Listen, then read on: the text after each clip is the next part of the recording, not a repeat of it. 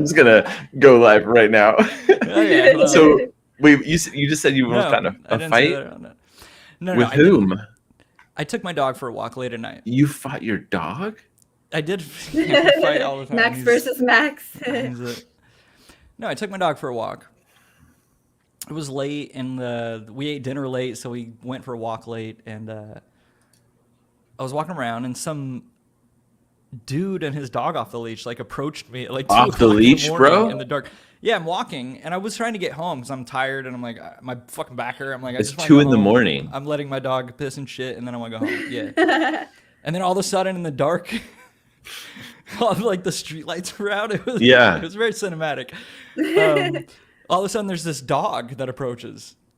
And like, you know, if you're a dog owner and like randomly some dog off the leash approaches you, it's always like, am I going to have to fuck this dog up if he attacks my little baby? You know what I'm saying? And where is the owner? Like, it's a little bit of an issue. And I also abhor that behavior. Somebody that's like, yeah, I'm going to let other people with dogs have to deal with me and my dog. So as Like, a dog person, if a dog off the leash comes at you and you have a dog on the leash, it's trouble. This is like it's fucking annoying. First of all, okay. If you're in a congested city with traffic, your dog shouldn't be off the leash. Okay. That's first of all. Second of all, I don't have deep opinions, so I'm just like, yeah, sure. You shouldn't expect other people, their lives and whatever they're in the middle of. They might be in a hurry. They might have food poisoning. They might be in chemotherapy and they have to let their dog out and they live a life. Like, who knows what someone's story is? And you're going to go impose upon their space and time? That's Chemo wild. dog. That's what's up. Wild behavior. Yeah. And this was even crazier Unacceptable. because this dude rolled up. All of a sudden, there's a dog on my dog, and I'm like, what the fuck? And luckily, it was like a nice dog, and my dogs were playing. But I was like, I'm trying to go home, and I'm like, where the fuck is the owner of this dog? It's the middle of the night. It's 2 o'clock in the 2 morning. o'clock in the morning, and a dog comes up In the middle of the city, there's just a dog off a leash coming up to my dog, and like, thank God my dog's a sweetheart. What if he's a fucking asshole and he fucking bites that dog's neck? Right. You're really You know what I'm worked saying? up, man. That's the owner's fault. I get worked up. Several times a week, I got to deal with this. There have been times. There was a time where, like, You know how many dogs? a pit bull off the leash came after my dog, and my dog's a sweetheart. He just wants to play. He's like, "Oh, is this guy coming to play with me?" And this dog was not coming to play with him. And he grabbed my dog and yanked him, and my dog threw him. Luckily, he didn't hold on to him, and I had to grab this fucking dog. And then the owner came up and was acting like I was the asshole. And I'm like, dude, I'm going to break your dog's neck and it's going to be your fault. Like, why are you making all of us do this? This is your fault. You're doing this to everybody. Did you find the owner last night of the dog who came at you in the middle of the night? Yeah, the dude walked up and he was like, it's fine. And I was like, okay, yeah, but we're in a hurry. We're going. Yeah, he just walked up. He was like, it's fine. It's like fine not to have your dog on a leash, bro. No, I think he was saying like that his dog's friendly. Yeah. Because he's probably used to people being like, what is your dog doing off a leash coming up to my dog? So he always has to reassure them that they're friendly instead of change his behavior and just put his fucking dog on a leash in the middle of a city. Yeah. Sorry, people that are listening. This is a You're very on funny one. conversation to have. For sure, if people have dogs, they understand this. If they don't fucking get it, I don't think. But also, if you got kids, you get it. You don't want fucking strangers come up to your kid. Or like if you're in the street walking home with your kid and you're like, we got to hurry. I got an appointment. I got to get you home, get you dressed, get you to school, all this kind of shit. And then just some kid is like, hey, let's be friends. And you're like, where is your parents? Who is this kid? Have you ever heard of Davy Crockett grinning a bear to death? You heard of this? Grinning a bear to death? Grinning, like smile, like he grinned. He smiled the bear down. And this bear, the bear died. I don't think that happens. Dude, I had to grin this dog. We were walking down the street one time and I was with my kids, and this dog came out and started barking at us in the middle of the street, growling his teeth, and I grinned him down. Hey, you dog, you go away. That is terrifying. And it was like, and then like it went away. Well, showing your teeth is an interesting thing. Showing your teeth is? Yeah, especially with humans, we conflate it with smiling, but in the animal world, it's not.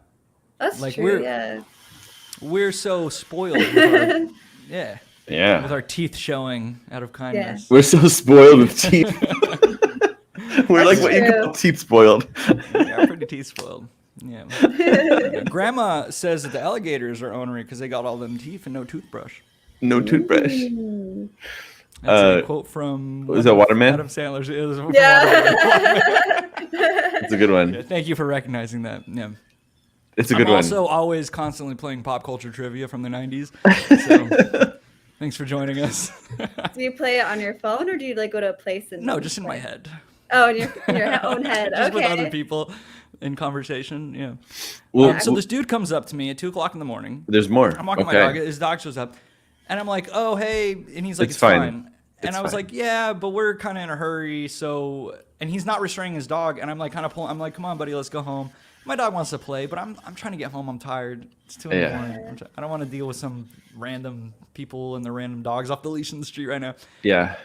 And I'm like, "No, it's cool. We're just gonna go." I was like, "We're in a hurry. I'm not feeling well." People at nighttime are scary, bro. Dude keeps following me, and he's not getting his dog. And I'm like, "Listen, your dog's nice." And he's like, "Do you want me to stop following you?" And I was like, "Yeah, actually, yeah, stop following me." So I keep walking. He keeps walking. I'm like, "Yo, stop right there, dog. What are you doing?" He's like, "Don't tell me what to do." And I was like, "I'm asking you to leave a stranger alone at 2:00 in the morning. What are you doing? You want to go to jail right now? What the fuck?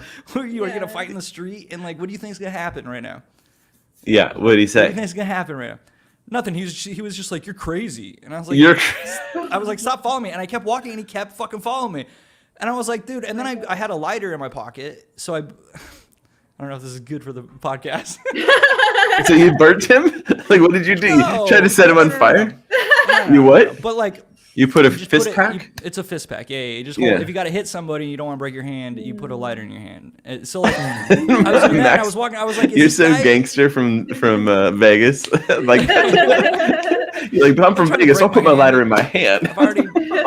I've learned already. So, but this dude's like standing there and following me. I'm like, "Why are you following? Where are you? Like, what are you doing? What do you expect out of this? What are you trying?" Yeah. And it's crazy because the dude like looked at me, and at the end, I could see that he recognized. He's like, "Oh yeah, I'm being crazy." Oh, he recognized it. Because I said that, I was like, you're doing insane behavior right now. You're following somebody for no reason, who's a stranger in the streets. Yeah. And that kind of made him click, I think. He's like, "Oh, I'm being just crazy." Sit there and he walked away. And I was like, "What the fuck is?" Oh my gosh. Yeah. Dude, one time I was running and trying to catch the train, and it was like it was after the sun went down, and there was this lady jogger in the road. She was jogging, and I'm like this crazy man, like running full sprint with like a huge backpack on, like trying to catch the train, and she's like jogging, like feeling unsafe, and she's like, "What's going on?" And I'm like, I've been there where you're the person. You're like, "Oh wait, I'm the creepy guy." You're like, "I'm sorry, I'm such a creep. I'm trying to catch a train." Yeah. It happens more often actually than not. Yeah, so you're safe and your dog is safe. You didn't have to have a fight at 2 in the morning. No, You didn't have to use your lighter. No. Set him on fire. It's like the everything's fine. That's meme. not the point of the lighter. Is the fire. I know. Everything's fine. Yeah, no, it was fine. Walked home, and I was like, "What?" I asked the guy, but like still, a couple times a week that happens. Walking my dog, we'll go out, midnight, 1:00. That was a little bit late. That was like 2:30 in the morning. Dog's a party animal. Yeah. Late nights. Nice to go out. Yeah. I'm a late night guy, right? We're not party animals though. We just, we keep a cool schedule. Just keep a cool schedule. Yeah. Vampire schedule. Well, we were talking a couple times a week that happens. I got to deal with some random crazy people in my neighborhood. Dude, nighttime people are scary. And did I tell you about the time a few weeks ago I went running at night, because I usually try to run like at dusk where it's cool enough. To scare that girl that was running. I did. The story you just told us. No, I did two funny things. I'm joking. Well, one of them was I ran up to the top of the hill and I do a cockadoodle at the top of the hill. Did I tell you about that? No. Please I tell do us about the weird shit that you do. See, everyone's but this is good. You're weird in a cute way. You're weird in a good way. You're not trying to hurt anybody. Yeah, it's definitely a weird though that when our kids were around, they're like, "Dad, don't do that." They tell me not to do it. Yeah. So at the top of my road, it goes into a hiking trail. It just turns into a hiking trail, and you go into there. It's beautiful. It's like a jungle, but you turn this ridge kind of early on, and you can see a whole canyon, and it's really great. and I call it Cockadoodle Canyon because whenever I run up there, I go, and I do a huge cockadoodle do. So loud. It's as loud as I can. Yeah. All those like heavy metal screaming is like. What do the other roosters in the area do? Oh, they love it. They get so excited. He's got some cockadoodles back before. You know what's better than a fox in a hen house? What's that? A rooster in the hen house. Hey boy, watch it. So this other time I went there and it was night, and I did my cockadoodle in the middle of the night, and this dude cockadoodled right back. That means he was close, and I was like, oh snap, like I don't want to be up in here. There's no lights or anything. It's literally forest with a trail, and I was like, I don't want to be in here with like a dude that's cockadoodling around. Yeah, that's what he was thinking. He was like, that was a defensive cockadoodle do on his part. He was like, oh shit, there's a guy cockadoodling, I better let him know I'm here. Although they do say when you cockadoodle into the void cockadoodles back at you. The void cockadoodles back. What if that was like you from the future? Oh man, there's like a time loop in the jungle. If it was an echo, it was just an echo in the valley. So the other day, The other day I was putting on my shoes to go running. This is a different story. And as I'm leaving, what? Why are you laughing already? I didn't even tell you the story yet. I just like that was a different story. You're like, this is a different story. Completely different. It starts exactly the same, but we're on some new shit now. We're on that new shit. Yeah. That's exactly right. So what happened is I was walking out and my son goes, Dad, I have a dare for you. Do you want to play a game of cards? And I was like, oh, okay. It's terrifying. Yeah. I was like, okay.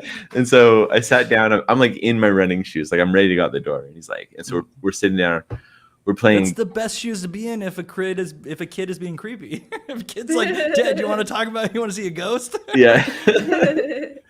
And like, so I better have my running shoes on. We play the game of cards, and the stakes are pretty high. His dare was pretty good. His dare is, when you go on a run tonight, find somebody that you've never met before, and stop and talk to them, and say, "Hey, do I know you?" And then like try to like have a conversation about how you know them, but you don't know them, and that's the joke. So that is a good challenge to practice, though.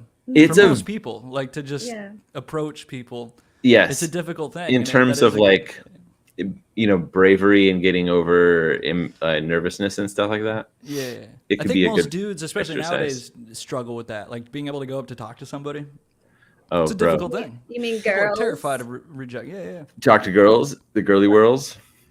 Well, this is what's interesting. I watched or boys, if you're into it. Yeah.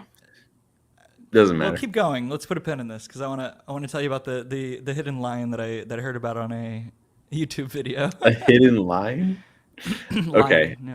Lion. Okay, so it's a psychological concept, but dude, we had such I've never had such a crazy game of. It's called Exploding Kittens. Is the game we were playing, and it was this tenuous. Person that you approached with my son. We're playing. He wants to dare me, and like if I lose, I have to do this. We dare. find out that Travis is a serial killer. Yeah, I put a kitten in a bag and I smashed it on a rock in front of this stranger. It's called Exploding Kittens. Have you never heard of Exploding Kittens. Never heard of it? So okay, so we're playing, and it's like the most crazy, like stressful game because on the line is going to talk to strangers, and nobody wants to do that, right? It's very embarrassing. And so, but I lost, and your kid put you up to this. Yeah. He's 11, and he put me up to it, and I lost, and so I'm like, okay, I'm gonna go on a run and do this dare. And so I'm running up the street, and I come past this cute older couple, and I was gonna be like, hey, and in fact I did say something as I was running past, but I didn't stop and I didn't say it loud. I just kept going, and I was just like, nope, no, that's not the one. Really? Yeah, I was embarrassed. You got cold feet. That's it. Yes. And so the next one I was running, I was like, I'm just going to do it. I'm just going to do it. And as I'm thinking that, I ran past a guy. So I kind of like, I'd run like this, stop. And then I'm just like, open your mouth, like whatever comes out. And he's watering his lawn. It's like this guy watering his lawn. And I go, hey, are you watering your lawn? He goes, yes. Like it doesn't really. Am I? The thing is like about it is that he didn't act sussy like yeah, you know, like what are you talking about, of course, you know. It wasn't like that at all. He was completely earnest, and he's like, yes. Like giving me a real answer. Yes, I am watering my lawn. And I go, oh, have you lived here a long time? Like maybe that's your good job. You know, kid's green. And he goes, oh yeah, 25 years to live here. And I was like, that's a long time. And I was like, maybe you've seen me before. Oh shit. Oh, I go running up and down. This dude's like got 911 dialed on his phone in his pocket, and he's just waiting to hit that next one. Yeah, he's just trying to like figure out like where this is going, you know. Mm-hmm. And he's like in it. He's not thinking I'm weird. He's just trying to help me out. He's like, no, I don't know. And I go, well, nice mustache. And then I start running. And he goes, oh, and then he squirts the water like up in the air. And he goes, oh. I don't know. All, he thought it was funny. I would like to imagine that he never had a mustache, and he said that. He did have a mustache. That last part is all in your head, where he's laughing like an anime character and water in the air. No, it was so funny. And I'm running away laughing. And so out of the corner of my eye, I'm seeing who this, but he squirts in the air and he goes, oh, like that. And then later, on my way back, I pass him again, and he's sitting in his truck this time, watching a YouTube video or something. And I go, looking good, buddy. And he goes, oh. So I have a new friend, and I guess the moral of the story is if your son... like I'm going to be an uncle. The moral of the story is if your son gives you this dare, you should do it. You can meet new friends. Yeah.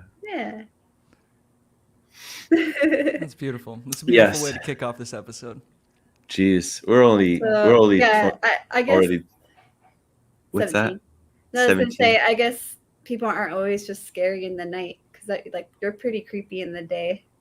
Me? I'm pretty creepy in the day. I mean, I would be creeped out with someone if I had that exchange. If somebody told you nice mustache. If someone jogged by you and started talking to you and then came back. Right, yeah.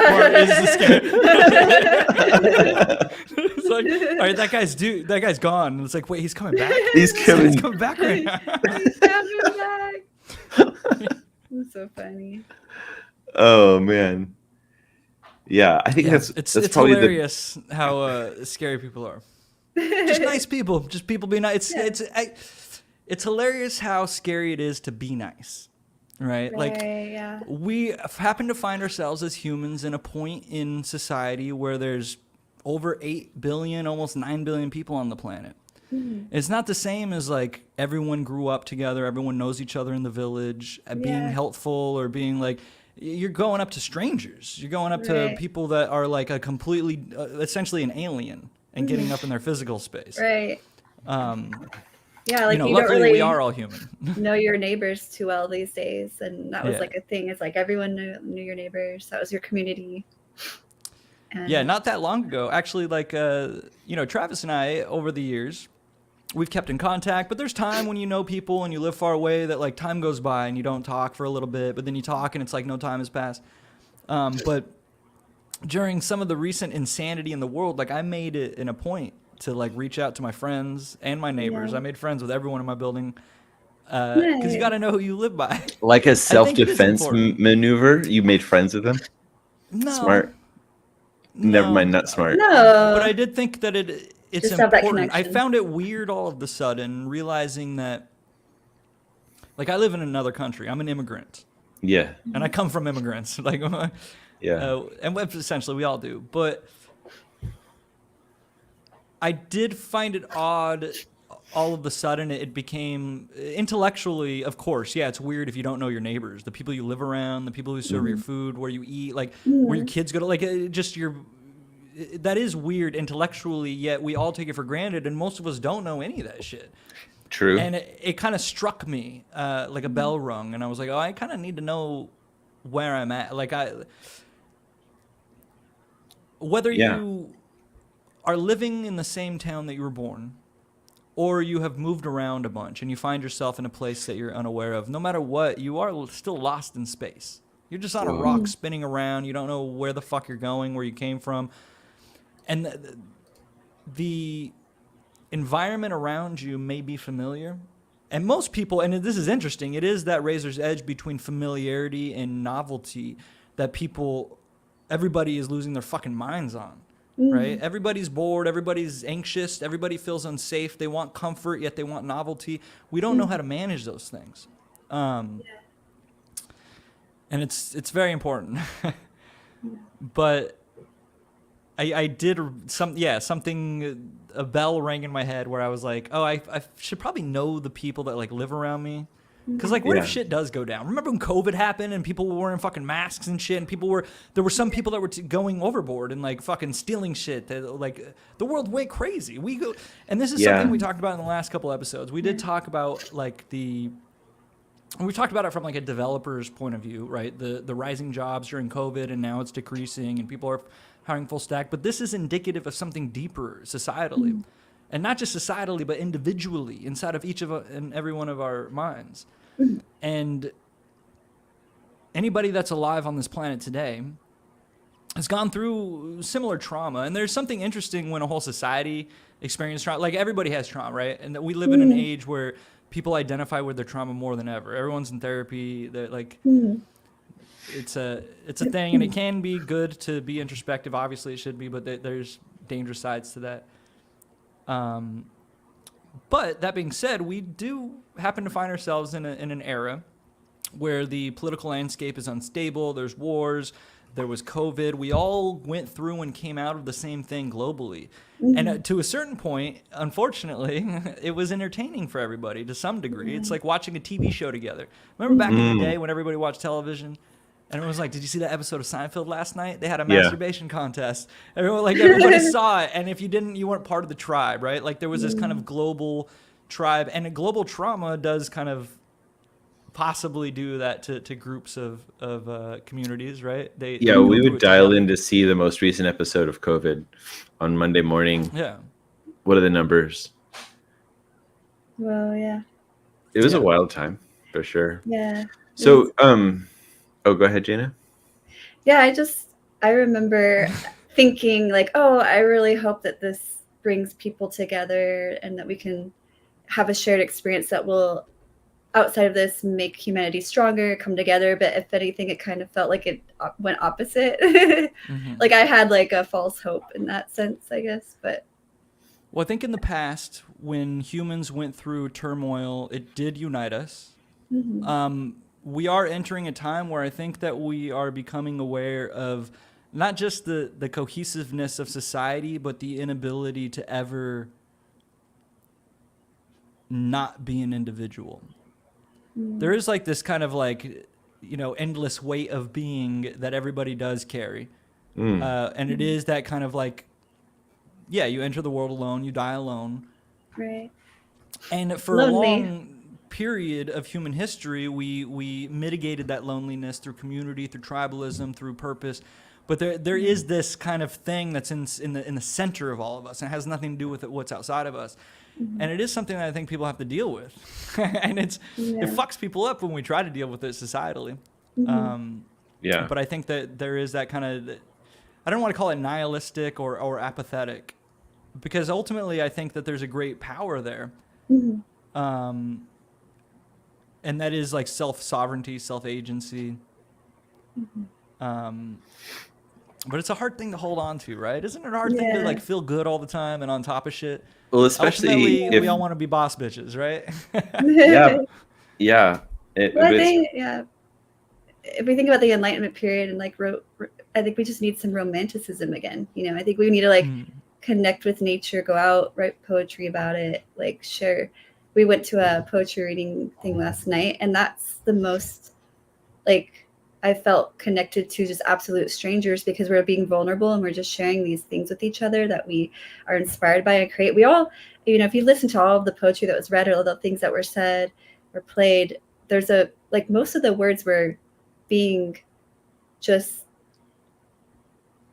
same words but being said in a different way. So we're all trying to express the same thing. Express the thing. Like, yeah. It's the same mutual. But then that like connects thing. us in a way too. It's like, oh yeah, this is how I try to express that. This is how I experience it, but also and it just kind of unites you in that way.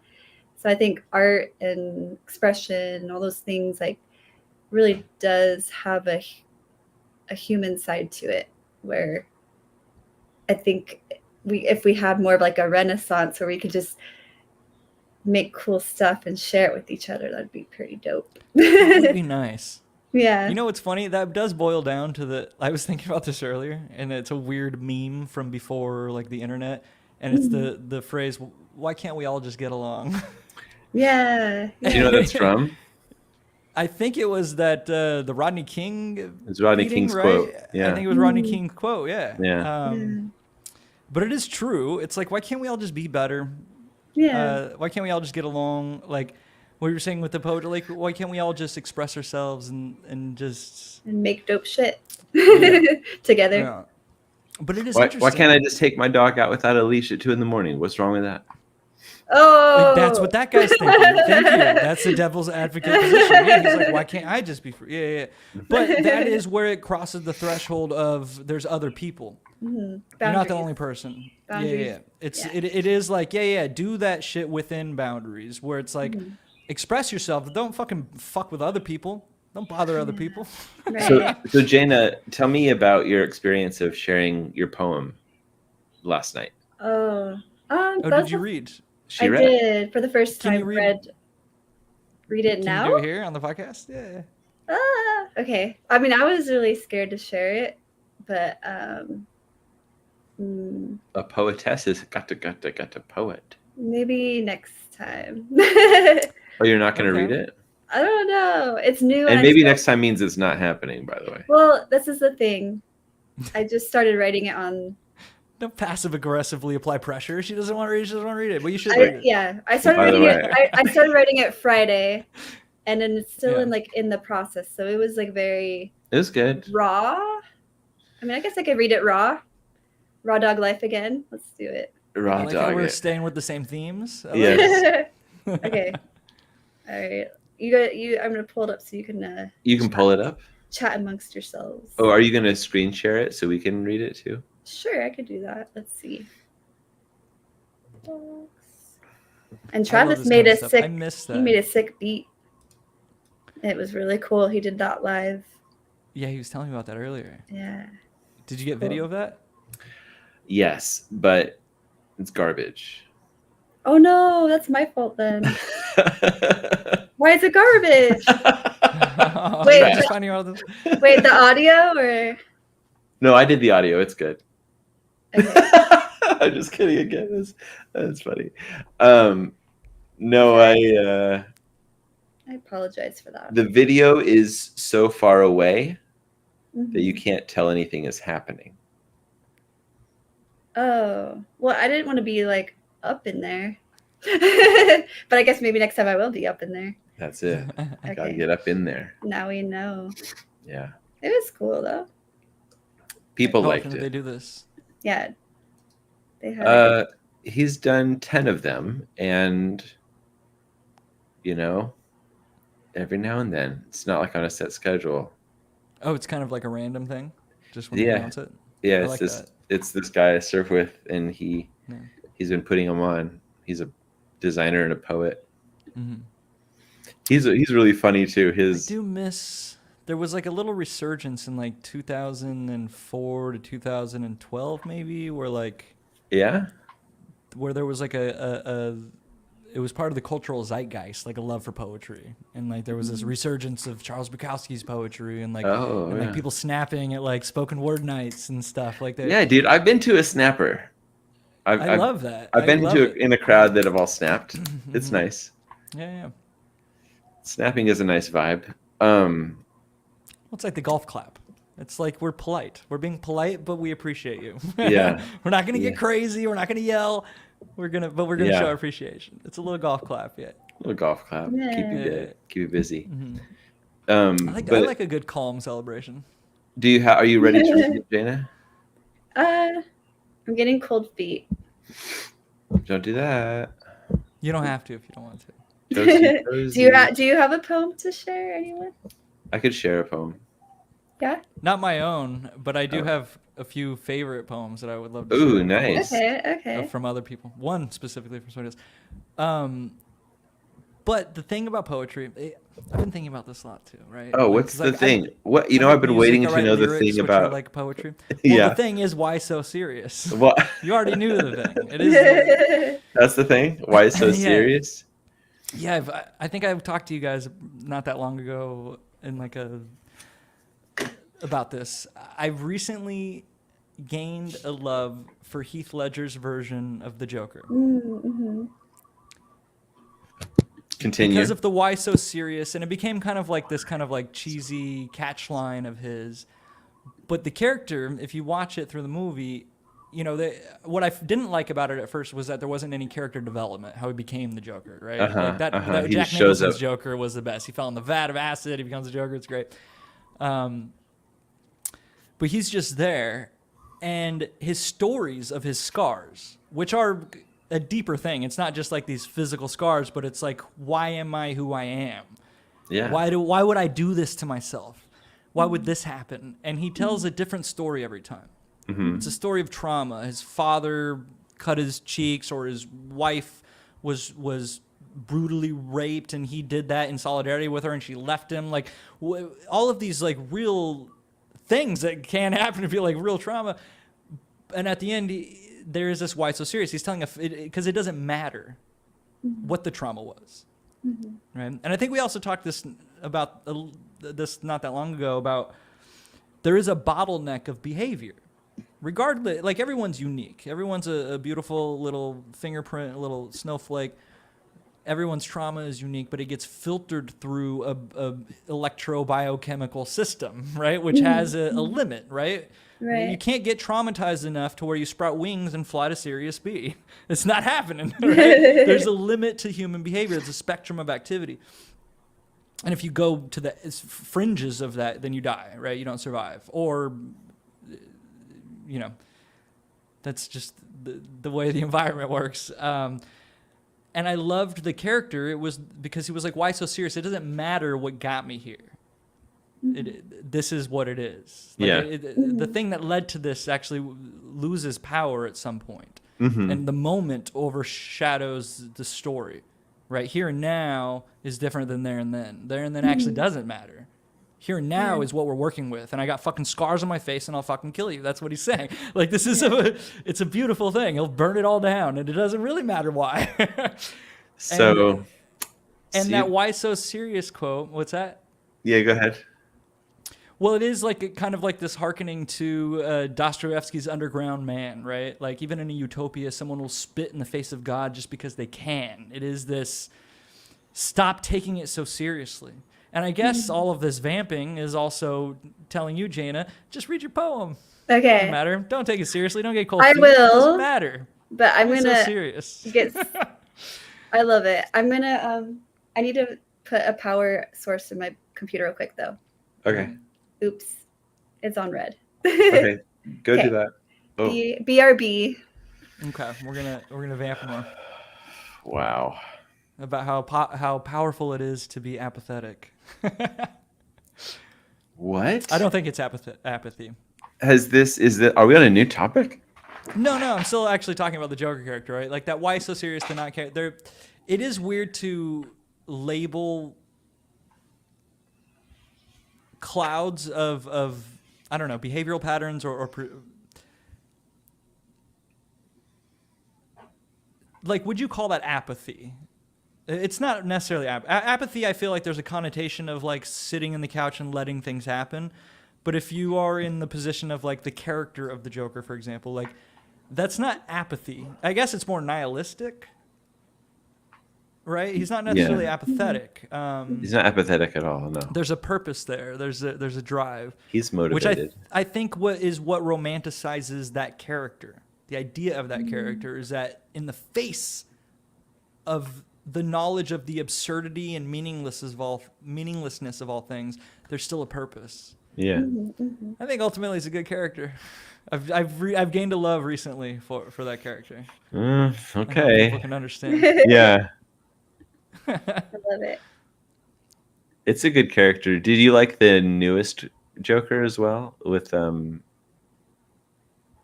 Seconds from Mars, dude? Jared No, the one newer than that. Joaquin. Yeah. Yes. You like that one? You know me. I love a gritty reboot of a thing that's like. Yeah, you're the person who told me it's real life, but it's.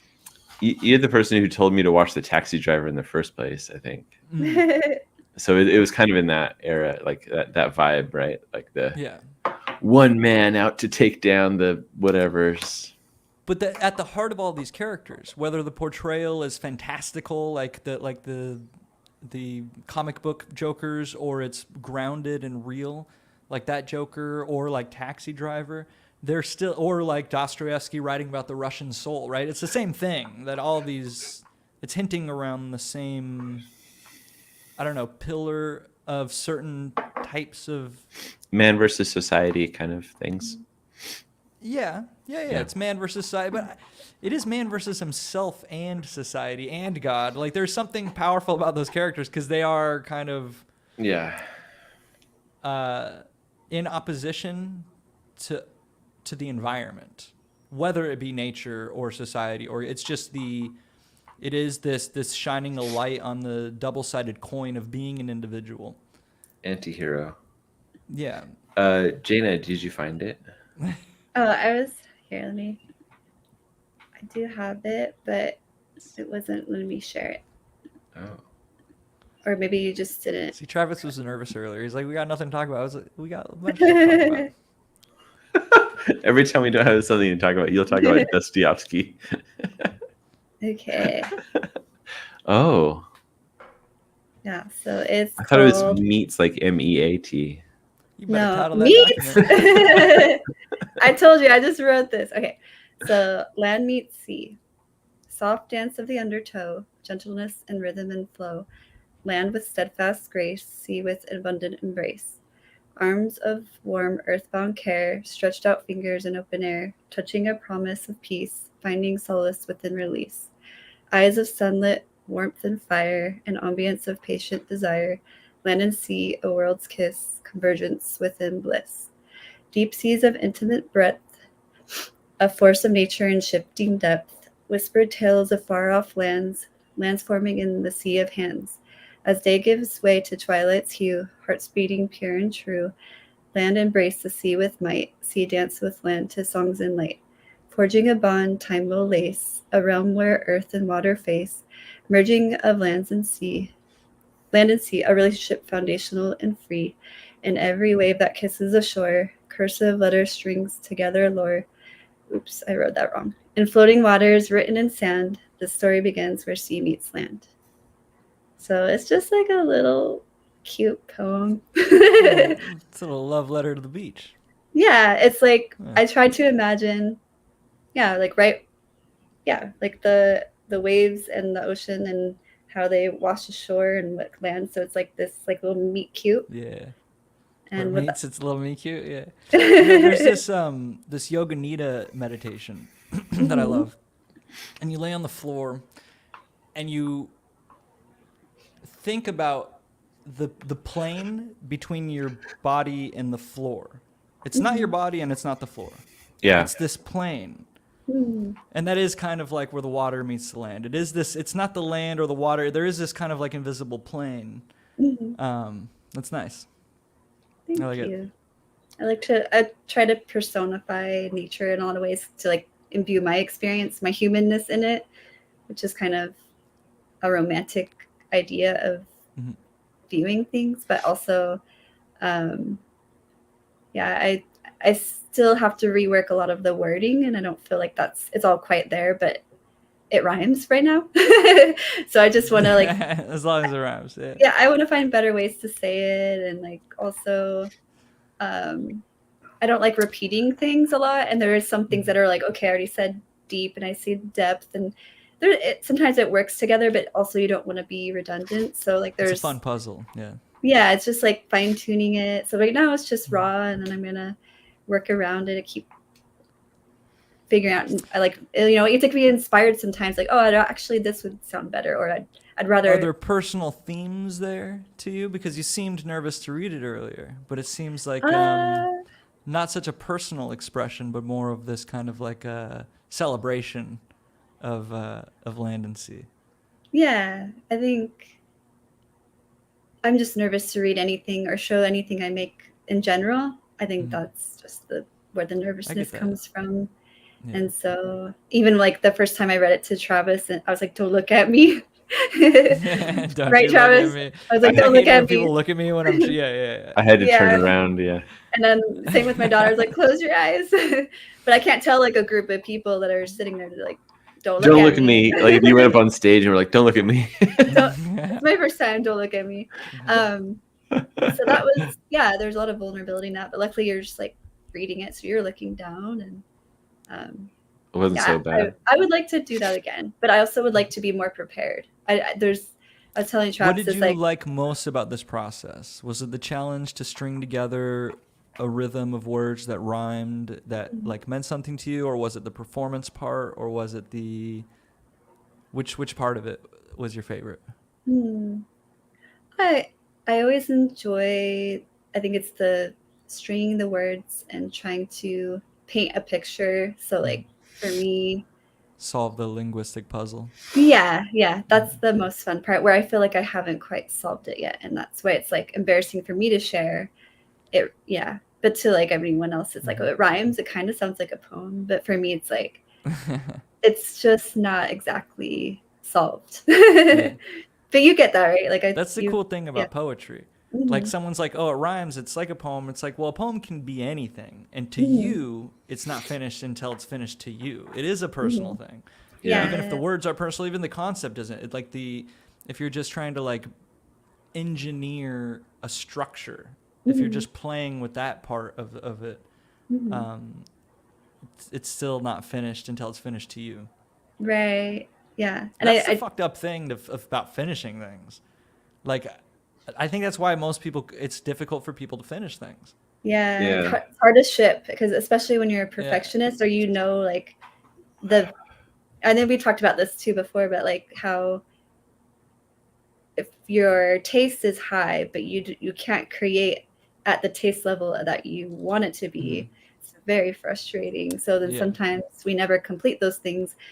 Whereas I feel like Travis is a good inspiration. Not saying that he puts everything he puts out is great and it's always high value, but he doesn't really focus too hard on all of the pixelated details. Like he doesn't zero in. And he's the Joker. He's like, why so serious? Yeah. Yeah. You know, maybe it's kind of funny because sometimes, like I've made beat videos for my other channel, and I've edited the crap out of them. Like every moment there's something happening on screen, you know. So much attention to detail. But then once they're uploaded, I've forgotten about them. I just like I think that's something about it. It's not that like I do it half-heartedly and move on and eventually I make something nice. It's just that once it's done, it's gone from I don't really attach myself to that anymore. It's already gone. That's a great way to not attach yourself. Yeah. Because I think that's where that starts to still feel vulnerable, right? Because you're like attached to this thing. Because it's all shit.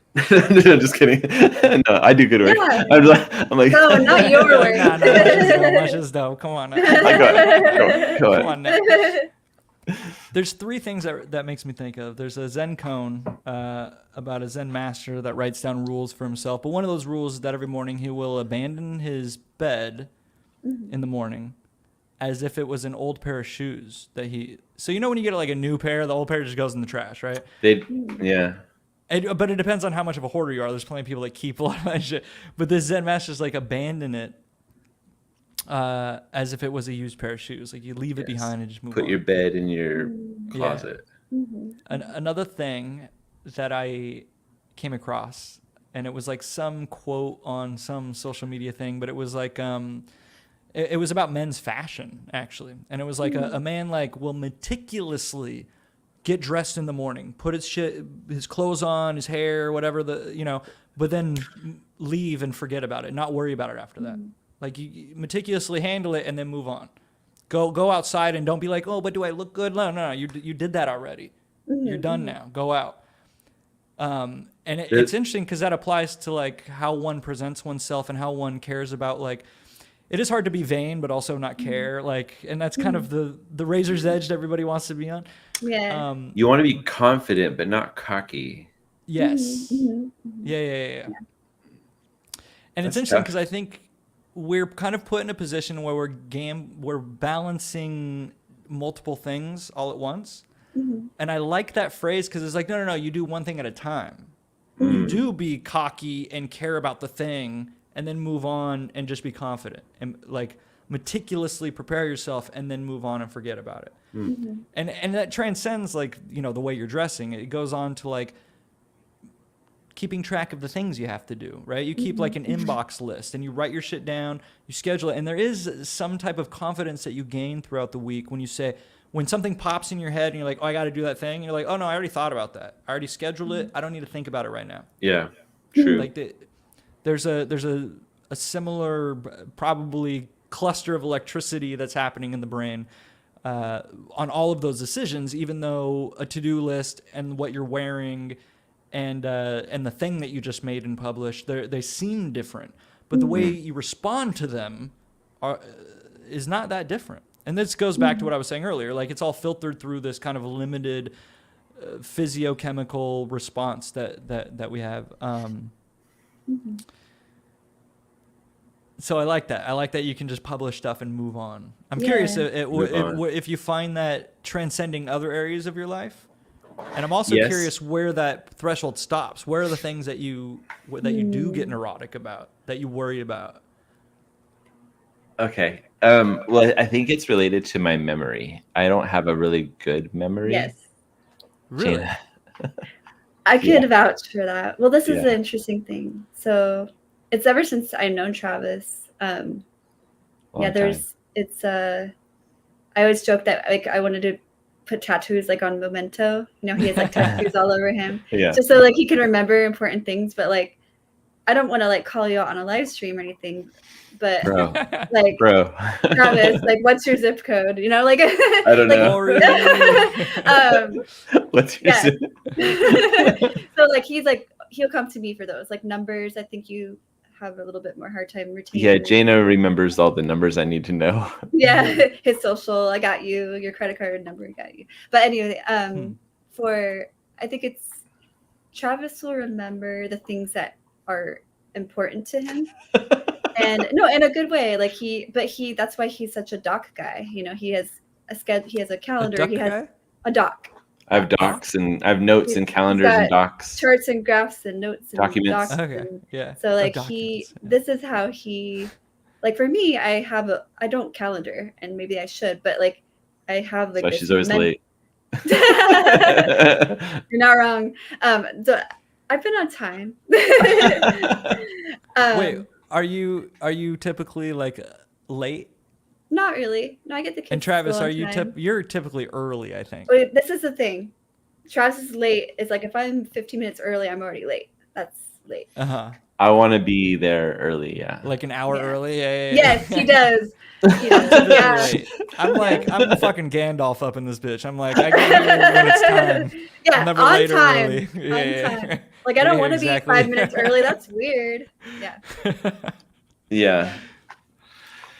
But as far as like, I think it's a gift though because Travis can release things. Like he doesn't emotional memory. I hold on to that hard. I try not to, but I just remember like it's a gift too because I remember exactly like not how the specifics I felt. of a thing, but how it made you feel. Yeah, I could think about the day my children were both born and like feel all of that again. And it's a beautiful thing. But then it comes like when we were talking about trauma before, it's like, oh, well, then I feel that pain again. And so. But it's a traumatic thing at the same time. Yeah. So like, I think that with Travis, he doesn't really hold on to a lot of that, which he can just release and move on. And it's really healthy. But at the same time, there's like these sentimental things like, oh. Well, I think those are defense mechanisms that Travis developed at a young age. Yeah. Yeah, just forget everything.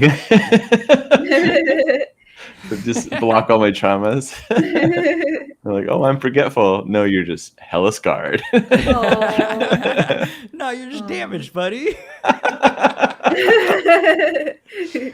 Well, you were raised to like push your shoulder to the wheel, right? So like you don't have time to like be in that. You got to just keep moving on and keep working. Keep going forward, right? Emotional damage wasn't, emotional pain wasn't something we like addressed ever. Well, it is interesting that it's a quality that people that strive towards presence strive towards, that quality to be able to move on, to cut a thing off and to say, I'm going to ignore this thing and focus on this other thing, right? This thing hurts and I can't deal with it right now. And I'm going to move on to this other thing where I can be productive, where I actually can do something. Where a lot of people will get frozen or locked into a place because they're focusing on a thing where they can't do much. And I'm guilty of that a lot. It's one of my main mechanisms of procrastination, I think. Is to fixate on something outside of your projects that you cannot control. I think that's common. I think a lot of people do that. It's not anything special or unique. It's just one of the few common ways people deal with shit. People, like I said, people only deal with shit in about 10 to 20 different ways. Yeah, I write things down. I just write it. That's how I deal. Like if I feel overwhelmed and I feel like I'm starting to avoid things, I'm like, oh, that means I'm avoiding something. Like, what is it? So I just have to write a list of all my things. I just list everything that's weighing me down, and then I go and order them by number, and then I just take care of number one. That's awesome. That's usually how I take care of the things that are stressing me out.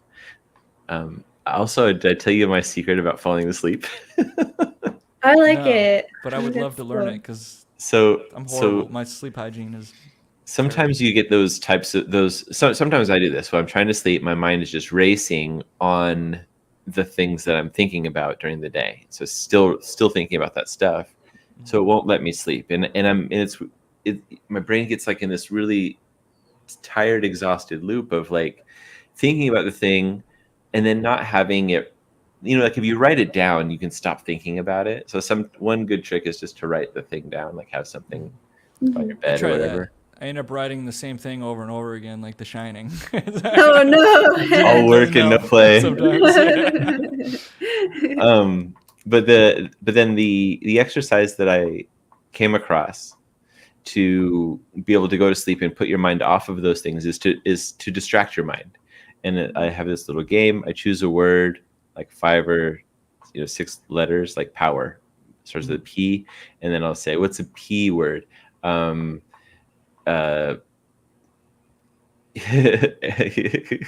Pie, P-I-E, and then I'll go, oh, what's an O word?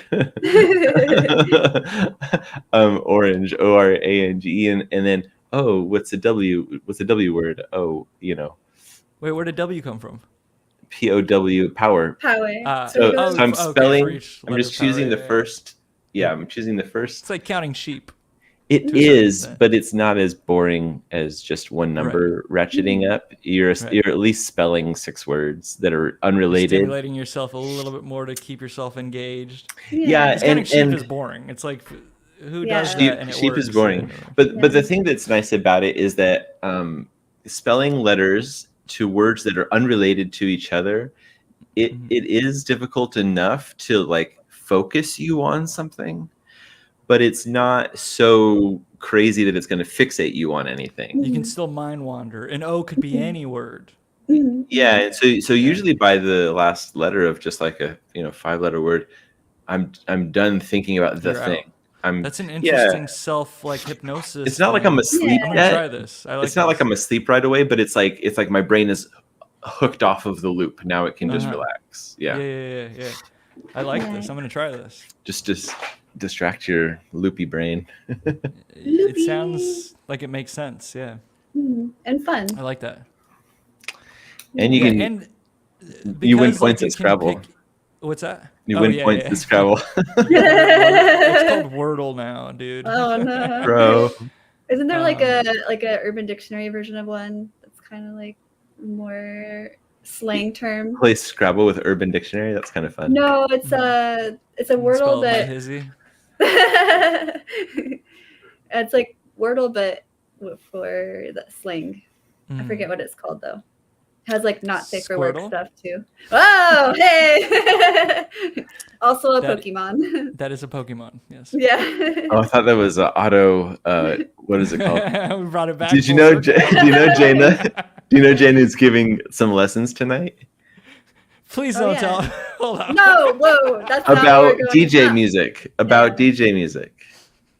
Okay. Max, sit in your chair correctly. Okay. Yeah.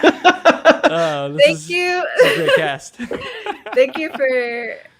So Jane is teaching people how to squirt. Go on. No, what, dude? DJ. Oh, to DJ. Okay. Squirtle is a Pokemon. That was the joke. Buddy.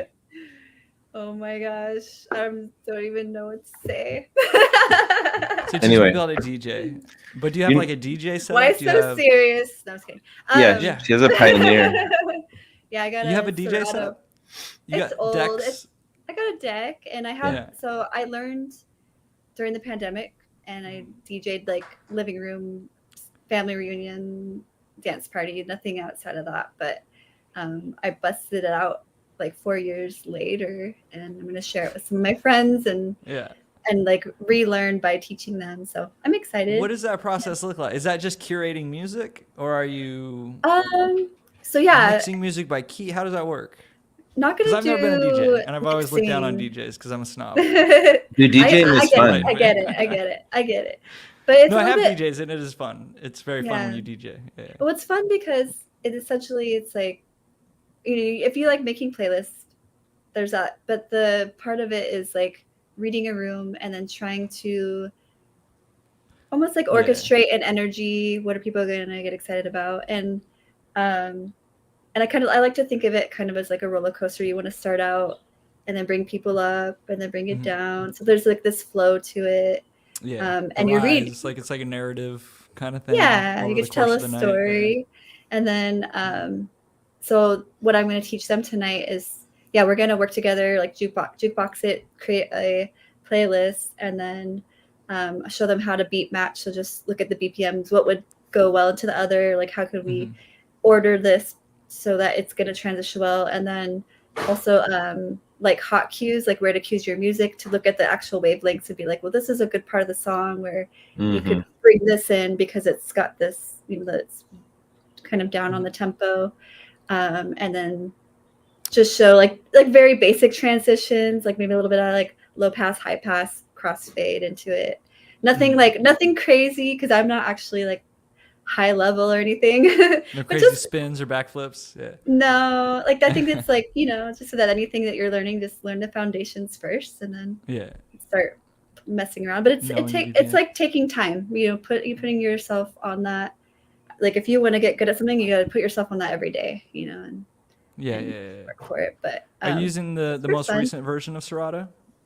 Just using Serato Lite on my computer, and then the controller, and then we'll just hook it up to a speaker. Okay. Yeah, I don't know, because Serato sampler and their DJ shit, like you can split stems. So like if you're like beat matching two songs but one's out of key, like you could put it in key, or you can just get rid of the music and just use the drums or like an element from it, which is pretty cool. It's wild. That's awesome. Like that's some of the coolest shit that AI is doing right now. Yeah. Okay, I'll just have to get that new one on there then. I want to see DJ film your next DJ set. That's awesome. Oh my gosh, you're really like pushing me out of my comfort zone, which is good. I'm so not like a performer or a poem reader or any of this stuff. So it sounds like you are.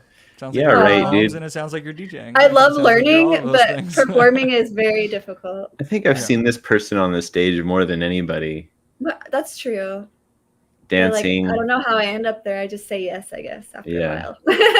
So yes, I will DJ for you. Hell yeah.